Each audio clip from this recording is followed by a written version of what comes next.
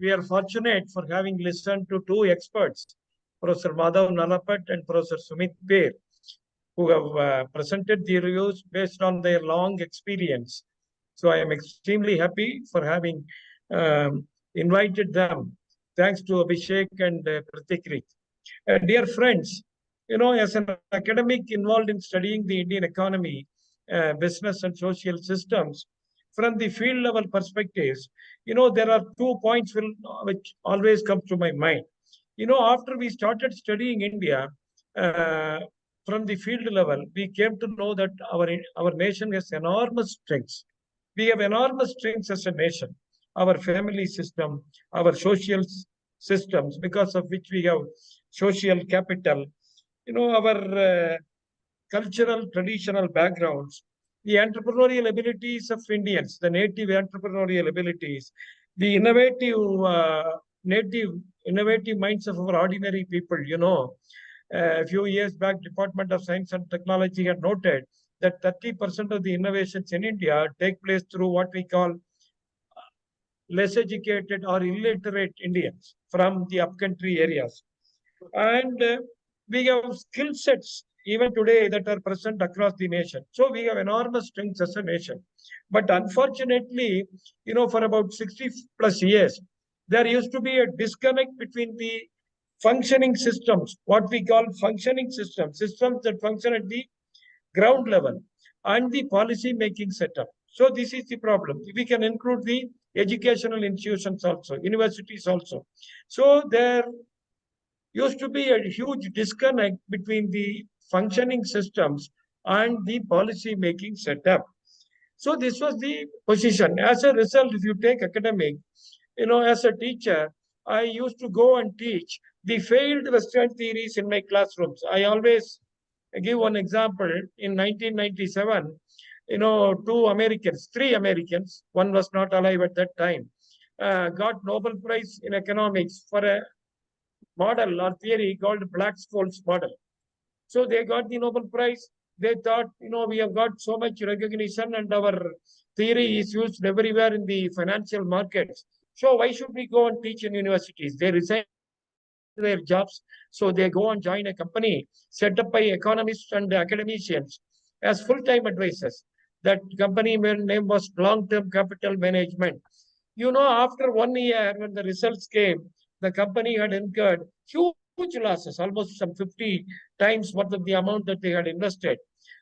So that is the background of this theory. But this theory is being taught across the world, across India, even today in universities. So this is what we are doing for a long time. We have been doing for a long time. Huge disconnect. So as a result, we were not able to understand the realities. We were not able to use the potentials of India. This was the problems. But all that changed from 2014. Some of us may remember that in his first Independence Day address on August 15, 2014, he announced that Prime Minister Modi announced that we are going to change the Planning Commission. So in January 2015, Planning Commission was replaced with this Niti Aayog. Some of you who have time, you please go through the cabinet resolution passed for establishing this Niti Aayog. The cabinet resolution clearly says all these years we have been following, rather copying the Western models, whatever Western so-called experts used to advise. But hereafter, policy making will be based on Bharatiya realities, our own strengths, our own weaknesses. So we will be using this and we will be making policies. So that is why as a result, now in the last 10 years, from Make in India to Atmanirbhar Bharat, we have different schemes and initiatives. As a result of which in the last 10 years, India is seeing enormous growth. Or to use the words of Professor Nalapat, now we are seeing new Bharat. We are trying to see new Bharat. So this is what is happening in India today. There are 3-4 important aspects that I want to mention here. As far as Prime Minister is concerned, in the last 10 years, he has taken very bold decisions which were not taken earlier by the previous governments. You take, for example, in the field of indirect taxes, GST, nobody could have taken that. Then demonetization, very bold decision. So Prime Minister Modi's decisions were very bold, which changed the course of economic functioning in India. Second, the use of technologies to the maximum extent. Digitalization, which my previous speaker was mentioning, we had our own naysayers, experts, Congress people, they were saying it won't work. But we all know 46% of the digitalization that is taking place across the world, taking place in India only. DPT, direct benefit transfer. So as a result of which funds are going from Delhi to different state capitals to villages, rural areas, without any corruption, without any hindrance.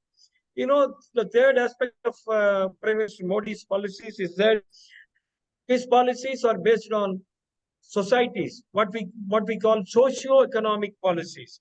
You take Ujjwala, women are active participants in that. Stand Up India, a scheme was planned and now it is being implemented. Each and every branch of a nationalized bank will have to give loan at least to one woman. Stand Up India, at least to one SCST. This is Stand Up India.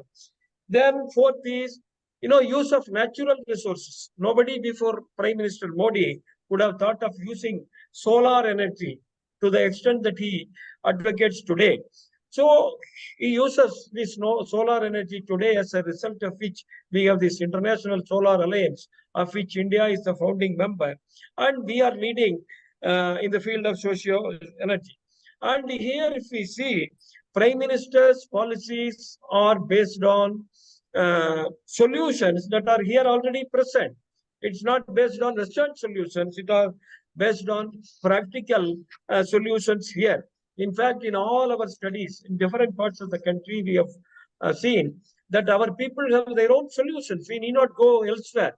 You just learn from them and then seek their viewpoints. And if we can implement, of course, we may have to change a little.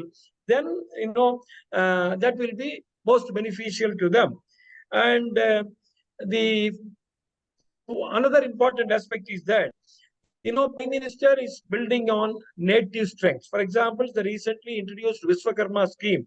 We all know Indians across the country in different parts, they have enormous skills, traditional native skills. We have observed, if we take this MSME sector, we have observed that these native skills play the most important role, most dominant role. If you take the most entrepreneurial states of India, particularly states like Gujarat, Tamil Nadu, Punjab, which we have studied in detail, it is these native skills, traditional skills, that play the very critical role. But all these years, they have not been recognized. But from now onwards, these Vishwakarmas will play a very, very important role. And another major aspect of Prime Minister's policy-making approach is he takes even the smaller sectors and then concentrates on them. I have a personal experience. Abhishek was mentioning, we have few experiences, but one experience I want to briefly mention. In 2003, as I said earlier, some of us, we have been working among the economic clusters of India. So in 2003, Prime Minister Modi, when he was the Chief Minister of Gujarat, he invited us to Gujarat to study the kite business. Because kite business in those days was a cottage business. It was not even included in the cottage sector. In fact, when we went and met the people, they said, "Sir, you please suggest to the government to at least include our cottage activity, our kite making activity as a cottage business." I for the first time came to know how actively the Chief Minister of a state was involved in promoting, very, very small business activity called kite making. So we were asked to study, we studied, we gave suggestions and all. And for about 6 months, we were working there. To cut it short, in 2004 January, during the Uttarayan festival, first kite festival, international kite festival, was started by the Prime Minister. And in 2003, we estimated the turnover of kite business in Gujarat was 35 crores. Today, I don't know exactly. It must be more than 900 crores. I remember 1 or 2 years back, it was about 800 crores. So 30 times increase, a small business activity. So this is how the present Prime Minister concentrates on these economic activities. I've seen no other chief minister in India who actively involves in such a kind of smaller business activities. And our Prime Minister, I believe, has always plans for long term, even though short term, medium term plans are also there. But the main emphasis, main concentration will be on the long term. We all know this Trinity jam was introduced, this very popular use of word jam was introduced a few years back. But because of the introduction of this, now we have this DPT. Now we have, as Sumitji was explaining, various other activities because of this jam. So he is building a new Bharat, new India, brick by brick, one activity after another activity. So as a result, today, after 10 years, we see results, today, in the last 10 years, we know that our country has moved from being the 11th largest economy to the 5th largest economy. Our average income in the last 9-10 years increased by 50%. And, I can give you many other data. 25 crore people coming out of multi-dimensional poverty. We cannot imagine this. I, as a teacher in my earlier days, 1990s, late 80s, 2000, we have to teach, Garibi Gata ho, we have to remove poverty and all. But here we see the Prime Minister removing poverty of 25 crore people in just 10 years. So huge developments are happening. So since 2014, Prime Minister Modi is always planning for long term only. And beginning 2022, he is advocating 25-year plan. So to 2047, we have to be a Viksit Bharat, developed India. So even budgets are made for that purpose. And Srimati Nirmala Sitaraman has explained it so beautifully in the recently concluded budget. And day before yesterday, I remember Prime Minister Modi saying that we are planning for 1,000 years, next 1,000 years. So this is his attitude. So our Prime Minister is not just a political leader. He, as Smith was mentioning, he is a visionary. So we have a visionary Prime Minister. So in the last 10 years, we are achieving what we have not achieved during the previous 60 plus years.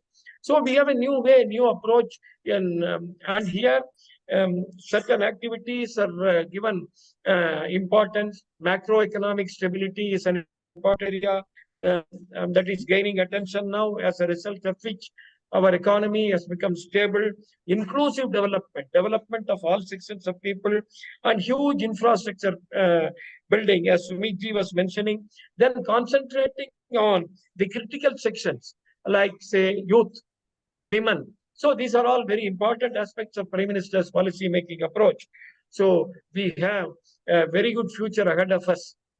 Thank you. I don't want to take more time. Let's have time for discussion. Thank you.